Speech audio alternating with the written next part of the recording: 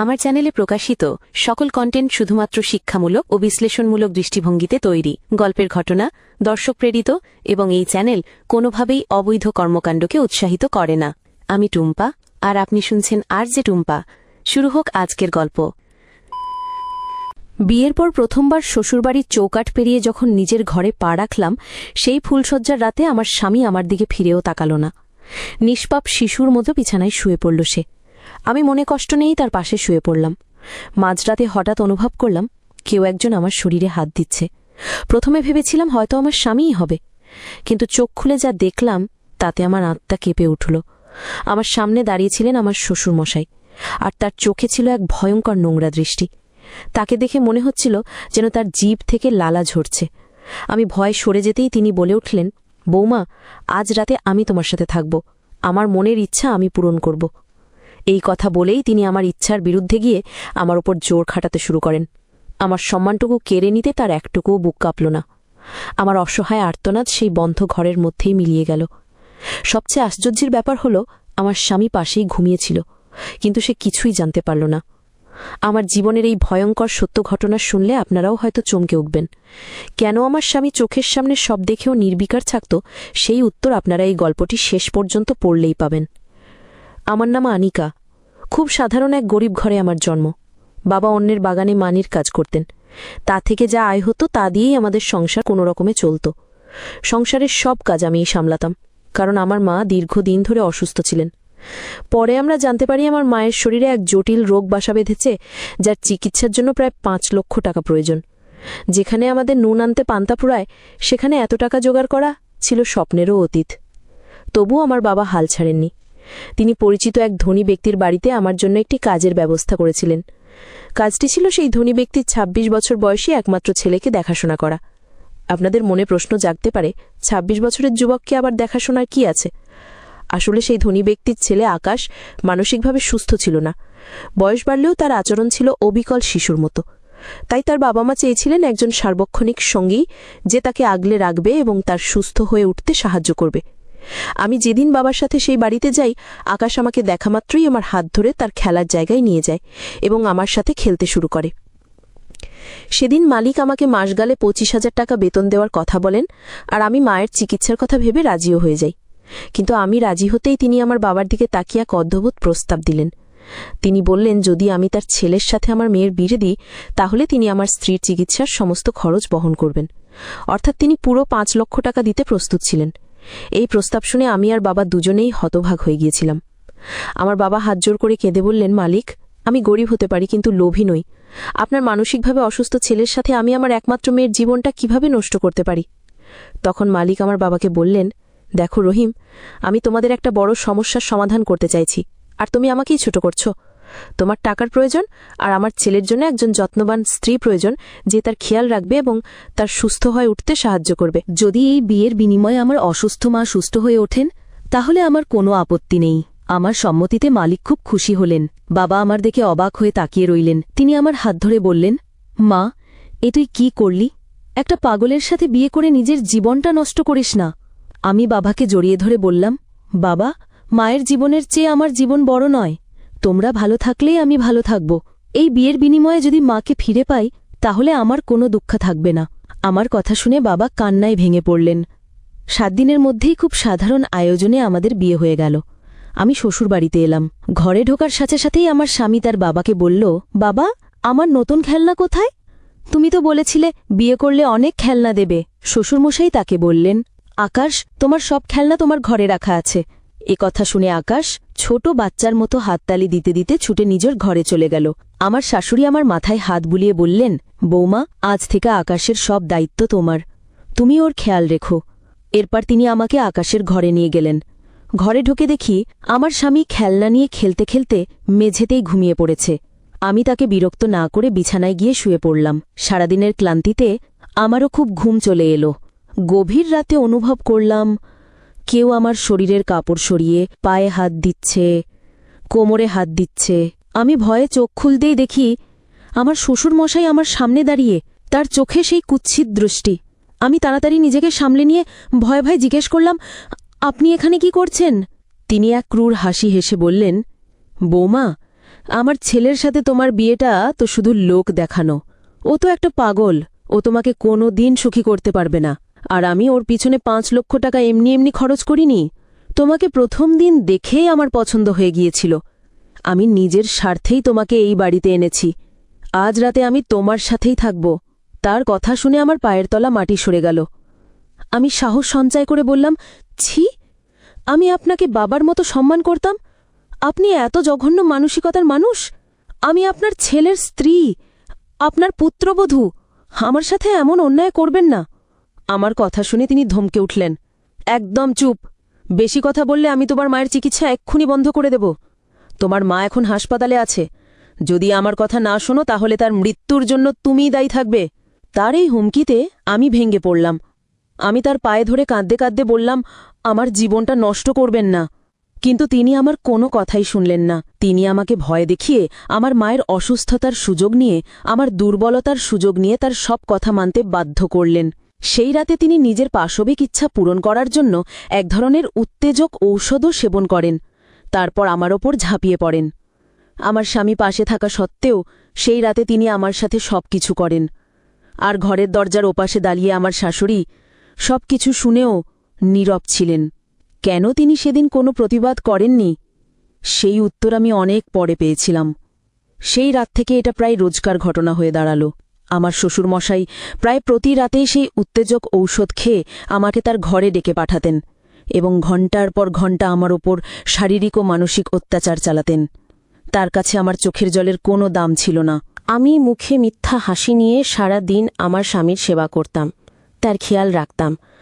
আকাশের চিকিৎসা চলছিল এবং ডাক্তার বলেছিলেন যে সে ধীরে ধীরে সুস্থ হয়ে উঠতে পারে। এই কথাটা আমার মনে একটা ক্ষীণ আশার আলো জাগিয়ে রেখেছিল। একদিন আমি আর শাশুড়ি যখন আকাশকে ডাক্তারের কাছ থেকে নিয়ে ফিরলাম, তখন শাশুড়ি খুব আনন্দের সাথে শ্বশুরমশাইকে বললেন যে ডাক্তারের মতে আকাশের 80% সুস্থ হয়ে ওঠার সম্ভাবনা আছে। শুনে শ্বশুরমশাই তাচ্ছিল্যের সাথে বললেন, তোমার পাগল ছেলে কোনোদিনও ঠিক হবে না, তুমি শুধু শুধু ওর পেছনে টাকা নষ্ট করছো। শ্বশুরবাড়িতে থাকতে থাকতে আমি ধীরে ধীরে বুঝতে পারছিলাম আমার শ্বশুর তার নিজের স্ত্রী ও সন্তান কাউকেই পছন্দ করতেন না। তিনি বাইরে থেকে যতটা ভালো মানুষ দেখাতেন, ভেতর থেকে তার 10 গুণ বেশি ভয়ঙ্কর আর নীচ প্রকৃতির ছিলেন। তিনি মেয়েদেরকে পায়ের জুতো ছাড়া আর কিছুই মনে করতেন না। একদিন আমার শাশুড়ি রান্নাঘরে ছিলেন আর আমি আকাশের সাথে খেলছিলাম। এমন সময় শ্বশুরমশাই বাইরে থেকে এসে শাশুড়ির চোখের সামনে দিয়েই আমার হাত ধরে টেনে নিজের ঘরে নিয়ে গেলেন। তিনি আকাশকে ধমক দিয়ে বললেন, তুই নিজের ঘরে যা। আকাশ তার বাবাকে প্রচণ্ড ভয় পেত, কারণ তিনি কোনোদিনও তাকে ভালোবাসা দেননি, সবসময় ধমক দিয়ে কথা বলতেন। আমাকে ঘরে নিয়ে গিয়ে তিনি একটি নোংরা পোশাক আমার হাতে দিয়ে বললেন, এটা আমার সামনে এখনই পরো। আমি হাত জোর করে বললাম, দয়া করে আমার ওপর আর অত্যাচার করবেন না। তিনি আমার কোনো কাকুতি মিনতি শুনলেন না। আমাকে বাধ্য হয়ে তার দেওয়া সেই পোশাক পরতে হলো। তারপর তিনি আমাকে বাথরুমে নিয়ে গিয়ে নিজের ইচ্ছে পূরণ করলেন। যখন আমি কাঁদতে কাঁদতে ঘর থেকে বেরিয়ে আসছিলাম, তখন শাশুড়ি রান্নাঘর থেকে বেরিয়ে এসে আমাকে বললেন, নিজের ইচ্ছেতেই তো সবকিছু করছো, তাহলে এখন আবার এই কান্নার নাটক কেন? এসব করে তো তোমারই মজা লাগছে, তাই না? তোমার মা তো এখন সুস্থ, তাহলে এখনো কেন এই বাড়িতে পড়ে আছো? চলে যাও না কেন? আমি কেঁদে তার পায়ে ধরে বললাম, মা, আমি আকাশকে বিয়ে করেছি, আমি তাকেই নিজের সবটা মনে করি। আমি ওকে ছেড়ে কোথাও যাব না, যতদিন বাঁচব আমার স্বামীর সাথেই থাকব। আমার কথা শুনে তিনি আমার গালে এক থাপ্পড় মেরে বললেন, শ্বশুরের সাথে সবকিছু করে এখন স্বামীর জন্য দরদ দেখাচ্ছিস? যা আমার চোখের সামনে থেকে। শ্বশুরবাড়িতে থাকতে থাকতে আমি ধীরে ধীরে বুঝতে পারছিলাম আমার শ্বশুর তার নিজের স্ত্রী ও সন্তান কাউকেই পছন্দ করতেন না। তিনি বাইরে থেকে যতটা ভালো মানুষ দেখাতেন, ভেতর থেকে তার 10 গুণ বেশি ভয়ঙ্কর আর নীচ প্রকৃতির ছিলেন। তিনি মেয়েদেরকে পায়ের জুতো ছাড়া আর কিছুই মনে করতেন না। একদিন আমার শাশুড়ি রান্নাঘরে ছিলেন আর আমি আকাশের সাথে খেলছিলাম। এমন সময় শ্বশুরমশাই বাইরে থেকে এসে শাশুড়ির চোখের সামনে দিয়েই আমার হাত ধরে টেনে নিজের ঘরে নিয়ে গেলেন। তিনি আকাশকে ধমক দিয়ে বললেন, তুই নিজের ঘরে যা। আকাশ তার বাবাকে প্রচণ্ড ভয় পেত, কারণ তিনি কোনো দিনও তাকে ভালোবাসা দেননি, সব সময় ধমক দিয়ে কথা বলতেন। আমাকে ঘরে নিয়ে গিয়ে তিনি একটি নোংরা পোশাক আমার হাতে দিয়ে বললেন, এটা আমার সামনে এখনই পরো। আমি হাত জোর করে বললাম, দয়া করে আমার ওপর আর অত্যাচার করবেন না। তিনি আমার কোনো কাকতি মিনতি শুনলেন না। আমাকে বাধ্য হয়ে তাঁর দেওয়া সেই পোশাক পরতে হলো। তারপর তিনি আমাকে বাথরুমে নিয়ে গিয়ে নিজের ইচ্ছে পূরণ করলেন। যখন আমি কাঁদতে কাঁদতে ঘর থেকে বেরিয়ে আসছিলাম, তখন শাশুড়ি রান্নাঘর থেকে বেরিয়ে এসে আমাকে বললেন, নিজের ইচ্ছেতেই তো সবকিছু করছো, তাহলে এখন আবার এই কান্নার নাটক কেন? এসব করে তো তোমারই মজা লাগছে, তাই না? তোমার মা তো এখন সুস্থ, তাহলে এখনো কেন এই বাড়িতে পড়ে আছো? চলে যাও না কেন? আমি কেঁদে তার পায়ে ধরে বললাম, মা, আমি আকাশকে বিয়ে করেছি, আমি তাকেই নিজের সবটা মনে করি, আমি ওকে ছেড়ে কোথাও যাব না, যতদিন বাঁচব আমার স্বামীর সাথেই থাকব। আমার কথা শুনে তিনি আমার গালে এক থাপ্পড় মেরে বললেন, শ্বশুরের সাথে সবকিছু করে এখন স্বামীর জন্য দরদ দেখাচ্ছিস? যা আমার চোখের সামনে থেকে। শ্বশুরবাড়িতে ভুল বোঝাবুঝির শিকার হয়ে আমি নিজের ঘরে এসে কান্নায় ভেঙে পড়লাম। তখন আমার স্বামী আকাশ, যার মানসিক অবস্থার ধীরে ধীরে উন্নতি হচ্ছিল, সে আমার কাছে এসে আমাকে জড়িয়ে ধরল। সে আমার কষ্টগুলো বুঝতে শিখছিল। আমি যখন কাঁদতাম, সে আমার চোখের জাল মুছে দিত। বিয়ের প্রথম দিকে সে এসব কিছুই বুঝত না, একটা শিশুর মতো আচরণ করত, কিন্তু এখন সে আমার কষ্ট বুঝতে পারে। সেদিনও সে আমার চোখের জল মুছে দিয়ে বলল, তুমি তোমার বউ, তুমি কাঁদছো কেন? কেঁদো না, আমি তোমার সব কষ্ট দূর করে দেব। এই বলে সে যখন আমাকে আদর করছিল, তখন আমারও তাকে ভালোবাসতে ইচ্ছে করল। আমি আবেগের বশে তাকে চুম্বন করতে যাব, ঠিক তখনই আমার শ্বশুর ঘরে ঢুকে আকাশকে মারতে শুরু করলেন। তিনি চিৎকার করে বলছিলেন, তুই অনেক বড় হয়ে গেছিস না? তুই ছোট আছিস, ছোট হয়েই থাক, বেশি বাড়াবাড়ি করলে আরও মার খাবি। আমি আর সহ্য করতে না পেরে সেই শয়তানের সামনে দাঁড়িয়ে চিৎকার করে বললাম, বন্ধ করুন আপনার এই অত্যাচার, মারতে হলে আমাকে মারুন, আকাশের কোনো দোষ নেই। তিনি তখন আমার দিকে তাকিয়ে বললেন, যে দোষ করেছে মার তো তাকেই খেতে হবে। এই বলে তিনিও আমাকে মারতে শুরু করলেন। সেদিন তিনি আমাদের দুজনকেই খুব মেরেছিলেন। পরে শাশুড়ি এসে কোনো একটা অজুহাতে তাকে বাইরে পাঠিয়ে আমাদের বাঁচান। সেই দিনের পর থেকে আমি আর আকাশ আরও কাছাকাছি চলে আসি। যখন শ্বশুরমশাই বাড়িতে থাকতেন না, আমরা একসাথে সময় কাটাতাম। আমাদের মধ্যে ভালোবাসার সম্পর্ক আরও গভীর হয় এবং কয়েকবার আমাদের মধ্যে শারীরিক সম্পর্কও স্থাপিত হয়। এভাবে 1.5 মাস কেটে যাওয়ার পর একদিন আমি জানতে পারলাম যে আমি গর্ভবতী। আমি নিশ্চিত ছিলাম যে এই সন্তান আকাশের, কিন্তু আমার শাশুড়ি যখন জানতে পারলেন, তিনি আমাকে বললেন, ছি নীলিমা, এই বাচ্চাকে তুমি কার নাম দেবে? লোকে যখন জানবে এটা তোমার শ্বশুরের বাচ্চা, তখন সমাজে মুখ দেখাবে কি করে? আমি তখন শাশুড়িকে বললাম, মা, আপনি ভুল ভাবছেন, এই সন্তান আকাশের। তিনি প্রথমে বিশ্বাস করতে চাননি, কিন্তু আমি পেটে হাত দিয়ে কসম খেয়ে বললাম যে এটা আকাশের সন্তান। তখন তিনি আমার কথা বিশ্বাস করলেন। পরদিন রাতে শ্বশুরমশাই আবার আমার হাত ধরে তার ঘরে নিয়ে যাওয়ার চেষ্টা করলে আমি বাধা দিয়ে বললাম, আমাকে ছাড়ুন, আমার শরীর ভালো নেই, আমি গর্ভবতী। তিনি অবাক হয়ে বললেন, কি, তুমি গর্ভবতী? এই বাচ্চা কিছুতেই রাখা যাবে না, লোকে জানলে আমার সম্মান থাকবে না, সবাই ভাববে এটা আমারই সন্তান। আমি ভয়ে তাকে সত্যিটা বলতে পারিনি। তিনি বললেন, কাল সকালেই তুমি আমার সাথে ডাক্তারের কাছে যাবে এই বাচ্চা নষ্ট করার জন্য। আমি রেগে গিয়ে বললাম, আপনি মানুষ নন, একটা শয়তান। আমি আপনার অনেক অন্যায় সহ্য করেছি, কিন্তু আমার সন্তানকে আমি কিছুতেই নষ্ট করব না। তিনি তখন সিঁড়ি থেকে নেমে এসে আমার গালে এক থাপ্পড় মেরে বললেন, তোর খুব সাহস হয়েছে তাই না? এই বাচ্চা তোকে নষ্ট করতেই হবে। এই বলে তিনি মদের বোতল হাতে নিয়ে নিজের ঘরে চলে গেলেন। আমার শাশুড়ি আমার কাছে এসে আমাকে জড়িয়ে ধরে বললেন, তোর চিন্তা নেই আনিকা, আমি কিছু একটা ব্যবস্থা করব, তোর সন্তানের কোনো ক্ষতি আমি হতে দেব না। সেই রাতে আমার দুশ্চিন্তায় ঘুম এলো না, কিন্তু পরদিন সকালে যা দেখলাম তাতে আমাদের পায়ের নিচের মাটি সরে গেল।